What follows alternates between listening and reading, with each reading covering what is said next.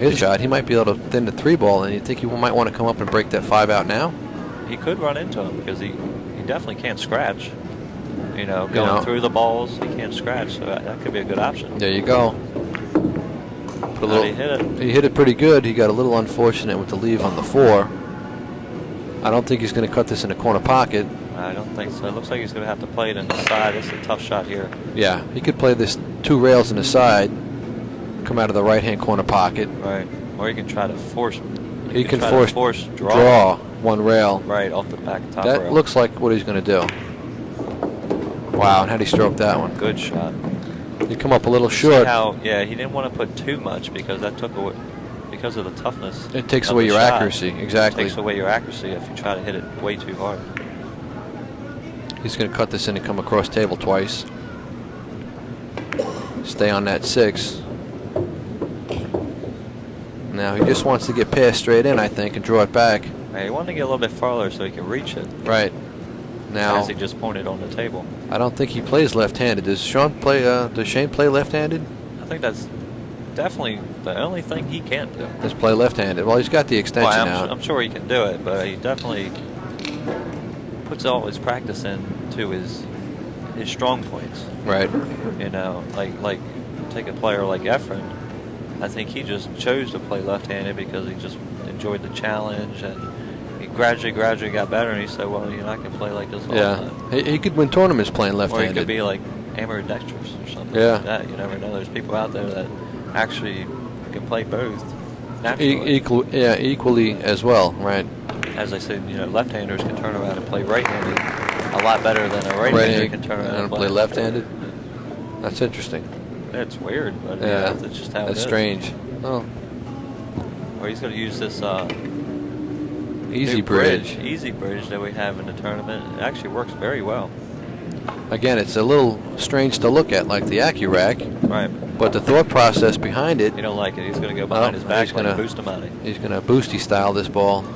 See, I like this. If I can reach it, I go ahead with behind my back too, because you still have the natural arm swing, the normal back and forth like a stroke, instead of the opposite with a bridge. Right. So if you can do this, you're going to have more accuracy.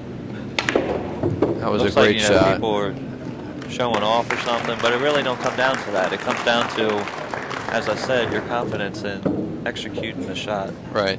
With your normal stroke. Exactly.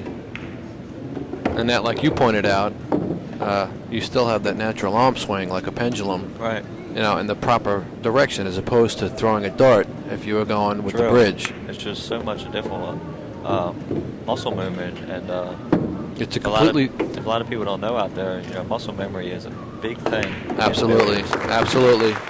And Shane Van Boening takes that game to lead this set 5-3 with that excellent backhand stroke on the 6-ball.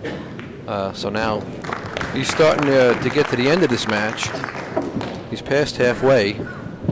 And Corey Deuel has to do something right now, because even if they both run out every rack when they get an opportunity, right? You know, Shane's going to cross the finish line first. It would end up crossing, I guess, at a 2-game or a 3-game lead. Yeah. So Corey has to make sure he runs out every rack he gets. He can't afford to give Corey Deuel. He can't afford to give Shane Van Boening rather. Well, I'd like to see him keep it close. If he can break like he did last time, it's going to be pretty easy for him to get it to within 1 game. Right. He broke great last time. Yeah, he did. He laid down a good break. He wants to repeat that right here. And again, he's playing those 2 balls behind that first ball. Right. And he's also playing position on that 1 because he knows that 1's coming back up table. So we'll see what he's going to do here. He's about to he's going to break open rack number 9. We're watching the semifinal round of the Diamond Pro Players 10-ball championship here in Valley Forge. It's been an excellent tournament. We've had 64 of the top players in the world come down to this event. You see, you got that 5 in the side. He's got position on that 1. The 3-ball kind of tied up a little bit underneath the 10, which might be an issue. I don't think it's going to be that big of an issue. The 2-ball happens to be right near the 1. I think it's going to be easy for him to get on that 2-ball and come out enough past the 10 to get on that 3.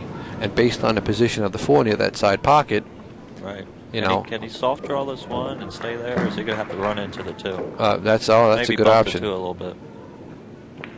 Yeah, see, that was a great shot. Great call, Sean. Yeah. I wouldn't have saw that. I would have tried to spin it. And because of the angle right where the 2 was, you really can't put it down here and not have a shot on it in the corner. Right. So now it's, you know what he might opt to do here? He might play forward, a little high spin, a little high left. I'll tell you what, if Corey's accustomed, he could go behind his back on this shot, but it looks like he likes to use the rake. Yeah. He's going to come one rail up towards the center of the table, and he wants to get far enough or towards the side pocket enough. Wow. And he missed the 2 ball. Roger speaking, it's tough to use that bridge at times because it's just not a normal. It's not a normal. Exactly. It's not a normal arm swing. You know, and I kind of feel like when I use it, I don't use it that much anymore because I actually have an extension, but I used to use it in the past, and I'm a little bit more nervous when I'm shooting a shot. It's kind of awkward. I mean, they're great, but when it comes down to you got to use the bridge and execute like a draw shot or 2-rail spin shot, right? It makes it so much tougher. Absolutely. I mean, the only people that practice that stroke are dart players.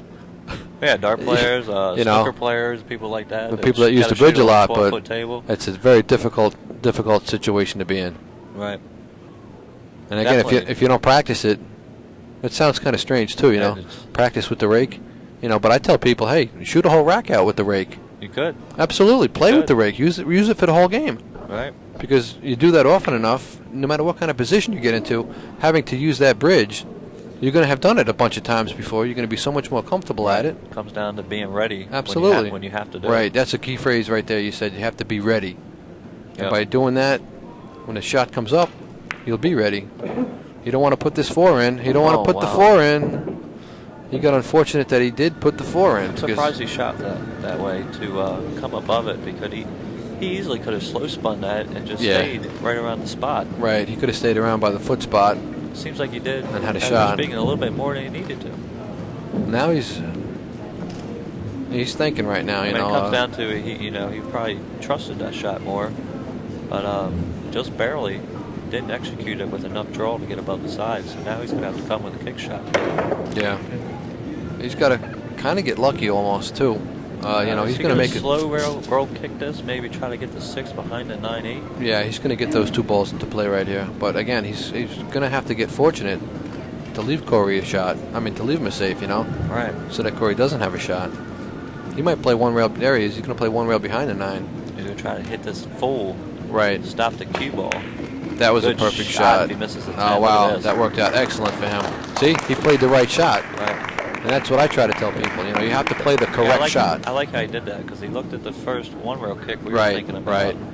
And, you know, obviously he was upset at himself. He got safe, but then he goes, you know, let me just walk around a little bit. Exactly. And he found the other angle. Exactly. And the right shot. Exactly. See, he found that shot. Right. You know, because there's more than one thing to do with that cue ball. If you get stuck on playing that 1 rail spin shot, you know, you don't look for another option. You're never going to see it. No. And I think Corey got fortunate. He might be able to see through that window right there, which he did. And he clipped the 6. He brought the cue ball back around. Watch out. Corner pocket. I think he's going to stay just shy of that corner pocket. Yeah, he was fortunate enough to see the ball between that 9 and 10. Shane's going to be able to get through past this 9 on this rail. He might be able to play 1 rail. And looking, see, he's kind of. This is going to be a tough shot. I think he's going to be able to see it. He might play it. He's calling the 6 in that corner. He's going to play rail first. Is he calling it, or looks he like he's going to 6 down here, down table? I think he's going to play rail first. No, he banked it. Okay. I don't think he could see enough, probably because of the 9. You know, he had to spin the cue ball, and at that distance, it's tough at a slow speed. Right. I thought he would maybe play a rail first and play the 6 in the pocket, and then play safe off the 7. Wow. Which way is Corey going here? He's going off the right side or the left side? I think he's going off the left side, yeah. He hit that a lot fuller than he wanted. He's going to leave him something, I think. Yeah, he's going to leave Shane a shot. He hit, like I said, he hit that a lot fuller than he wanted. And because of the angle Shane's got here, he can play this easy safety if he wants. But it looks like he's going to go ahead and try to cut the 6 ball on the side. Yeah, he's going to roll forward 2 rails out of the corner. Right. He's going to have to judge the speed, because you don't want to go too far and chance getting behind the 9-8. Right. Yeah, he played a good shot there. Yeah, he come up perfect. Worked Center out of the well. table. Yeah. 7 in the corner, come off, 8 down in this bottom corner here.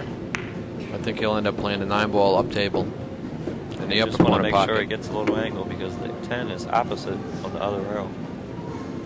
Yeah, he'll just drift forward, I think, a little bit and get an angle on that 9. But I think he's got too much of a cut for that. That's what he's looking at. Right. So he's going to come out farther so he can have himself the opposite angle. Right. To go to the side rail and back across for the 10. If he does that, I think he's going to play the 10-ball in the upper corner where he's standing. He could do that, depending on the angle. Like, if he don't get enough, right, he could be, like you're saying, comfortable to just draw 2 rails behind it. Right. Shoot the 10 all the way up. Yeah. Well, not even draw. See, if he gets an angle right here on that 9, well, yeah, I guess he can just draw it instead of trying to force follow with a little bit of spin. He's but I think he's just going to roll it up, a little bit of top. Come straight across. He doesn't have to come that far across. Wow. Go straight in the side. Yeah, he got some good English on that cue Landed ball good to get on that, yeah. to get on that 10. So Shane Van Boening is going to pick up another game right here against Corey Deuel in about 3 seconds, and he's going to be leading this match 6 games to 3 on a race to 9. Corey definitely was had a slight advantage there for a minute in the game. Of course, when Shane got himself hooked on the 4-ball, because he made the 4-ball after making the 3, and came down to the Shane won the safety battle. Right. And now Corey's got to pay attention again. Like I said, he's starting to get further and further behind in this match, and with Shane breaking right now, you know, that could put him within 2 games if he gets out this rack. Yeah. If Van Boening gets out. Well, I see there that Shane just switched 6 and 9 because I guess the 9-ball wasn't freezing good enough. That's a good option sometimes when you're racking. If you know it's bugging you and you can't get it to freeze, just switch it with another ball, and that one might freeze for you a little bit easier. Give yourself a tighter rack. And sometimes there's just friction between the balls and you can't do nothing about it. Right. But yeah, Shane Van Boening now is looking to take a commanding lead in this rack by winning this commanding lead in this race rather by winning this next rack. And again, I'm looking for that 5-ball to go right in that side pocket. Right.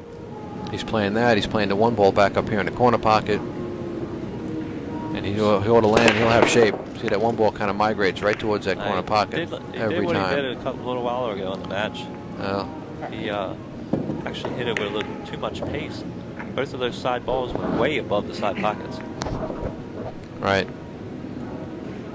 I like to call that. He kind of looks like, or seems to be, have an adrenaline rush, which I get that sometimes on the break shot. Yeah. You know, you just get going, you're feeling good, and you just put a little bit too much behind it. You get pumped up a little bit. Did Corey get safe behind his 5-ball? No, you can see that. They play this 1 rail and come up past the 8. 4-ball looks like he's hanging. Plenty of room. He's got to pay attention a little bit here, because he's going to have to play. I think he's just going to draw this down the rail, and he might opt to play rail first on this 4-ball. He's going to have to with the 6 in the way. And now he's got to watch out. If he hits the 4-ball too full, he's going to hit that 7. Well, I'm pretty sure he tried to get out farther to middle table, so he don't have to play this ball rail first. That was He could have played it rail first off the short rail and come up past the 6 to get on that 5. Now he's going to play, like I said, a spin shot off the long rail. 4-ball's laying on this cushion. He's going to have to actually thin it to get it to go. He can't really hit it real thick because it could jaw. If it's high up on that point, you're right. You see, but you hit it good. You hit it good. You got good kiss off that 7, and good thing you didn't hit it any harder. He could have scratched it inside. But he could speed. He's going to play the 5 in the left-hand corner pocket and come 1 rail for the 6 in that same pocket. And it's like he overcut that one a little bit. I'm surprised at that. He could have played it in this other pocket over here and, you know, kind of like straight drawed it. 2 rails and back for the 6 in this corner. Right. I guess maybe he didn't want to have to hit it that hard. But yeah, but I think that's what the table was giving him an easier option. You don't want to hit the 8. Be careful with the 8. He had a more percentage of making the ball if he back-cutted it instead of slow rolling it that way because he had to watch out for that scratch with a little bit of high. Well, he's got to pay attention now because Shane Van Boening, I don't think, is going to make any more mistakes. What, with that mistake there, this match is going to be over here quick. It might be. I mean, Shane's going to capitalize right here and get one more game under his belt. He's going to be leading 7-3. And again, with this alternate break format, I'm pretty thinking that Corey has just made a couple mistakes that is going to cost him this match. yeah. Shane's going to put this one down and go up 7-3. You notice how Shane's playing a little bit faster tempo now because he can feel his opponent. Exactly. He knows Corey Deuel is weak right now. Go ahead. Right. He can feel that he's weak, and he's just like, well, let me just feel like I can go out there and practice and get this match over. Yeah. So Shane Van Boening is now leading 7-3 in this match. He's got 2 games. He's 2 games away from the finals. And that's what he's looking at right now. Right. He can smell it. And he wants to get there. All right, well, they're racking. We're going to take a quick timeout, pay some bills, so don't go anywhere. We're going to be right back. Since 1975, McDermott Q has consistently raised the performance standards for what billiard players expect from a high-performance cue. Introducing the highest evolution in shaft technology. Our new G-Core shaft features a triple-layer design which reduces vibration and minimizes shaft distortion. The patented Intimidator iShaft series incorporates a full-length carbon fiber core that results in the most radical consistent shaft on the market, from our ball-breaking big boy shaft to the surgical precise i3 shaft. McDermott Q. Hardcore performance for hardcore players. All right. We are back, ladies and gentlemen. Corey Deuel looks like he's going to break off. He's going to have to get a ball down here. Yeah, it's rack number 10. He needs this badly. He has to make sure he doesn't make any more mistakes. Right. Because it looks like Shane Van Boening is not gonna let him get away with it. Oh, of course not. As I was speaking earlier, you have a chance. Shane is just not going to give it back to you. No. You know, he's going to go up to the table, look at the out, execute his stroke that he does wonderfully, and just continue to beat you down game by game. Yeah, he's going to pound you till you stop moving. Corey Deuel right now knows that, and like I said, he wants to do one better than last year at this event. Right. You know, but are we going to the 5-ball next after this? I believe he is. He's going to go forward. It looks like he's going to maybe punch it, spin. Good shot. Get on that 5. That was a good shot. He took the 9-ball completely out of it. Right. And pretty much from here, he's just going to roll up and get a little bit of an angle on that 6-ball. That's a good shot. He's just going to roll up. He might come one rail out towards the center of the table. Right. To get a slight angle on that 7. So again, he can come one rail to get out on that 8. And I think Corey Deuel is going to get out of this rack. He's going to land a little straight, so he probably should just hold it there. Or punch it a little bit. A little bit. Depending on what he wants to do. Yeah, so he's got a little bit of an angle on that 8, but that's all right because he's just going to cut it in and come 2 rails across and play the 9-ball on the side pocket. Right. 9's laying good. You really don't have to do a lot with the cue ball. He just has to make the 8. That's all he has to do right here. And Corey knows that, you know, and he knows that he has to win this rack. Right. He knows that he doesn't have any more chances left. He's getting down to the end here, and he's got some ground to make up. That was a quick rack there. Yeah, Corey Deuel's going to put 1 bead back on his side, so he's only going to be trailing by 2 games now in this race to 9. Yeah, Corey Deuel is now trailing 4 games to 7 against Shane Van Boening, who's going to have the break. This optional break format, unfortunately for Corey, could prove, you know, fatal. Right. Because even if Corey Deuel runs out every rack he gets, you know, Shane Van Boening is going to have an option. He's going to have a chance. You know, he's going to get back at the table for his shot. Of course. That's probably what he's thinking right now. He's like, concentrate on my breaks. I need 2 games. Doesn't matter what Corey does on his. Right. If he breaks and runs out, he breaks, leaves me safe. If I can execute and perform on my breaks, this match is mine. Well, here we go. Let's see if I'm going to make a prediction. we're going to see the 9-ball straight in the side pocket. I'm going to see that 1 ball up at upper right-hand corner pocket inside the first 2 diamonds. Is it going to go, or is it just It's going to end up in that area. I don't know if it's going to go. 9-ball side. There goes the 1. 1. It's going to be right. Look, there you go. Good call. Well, you watch him do it enough, it just has to go. Tell you what, when he gets it going, dangerous. I It's think it's nobody in the world can beat him. If he get his break going in 9-ball, nobody can beat him. No. He might have a bad I'm sure day. Corey remembers that when they actually had a challenge match, the race to 100 and 10-ball. I have it on DVD at home, and Yeah, that was a good match, but Corey Deuel just kind of paid the price there because Shane caught a gear, and I think he beat him pretty bad in that match, if I'm not mistaken. yeah, I mean Shane was running like 6-packs in 10-ball, and that's tough to do. That's crazy. That's crazy talk. 10-ball, 6-packs.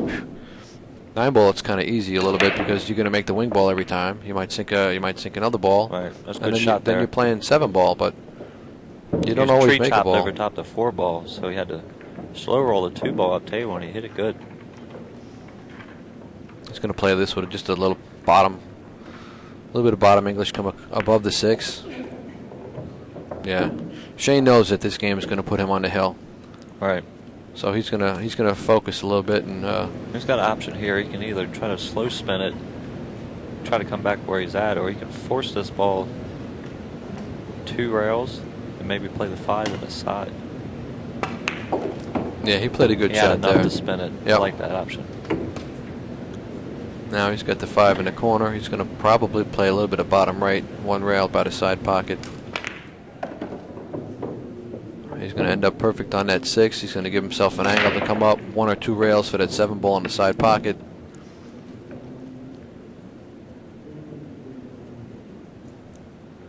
And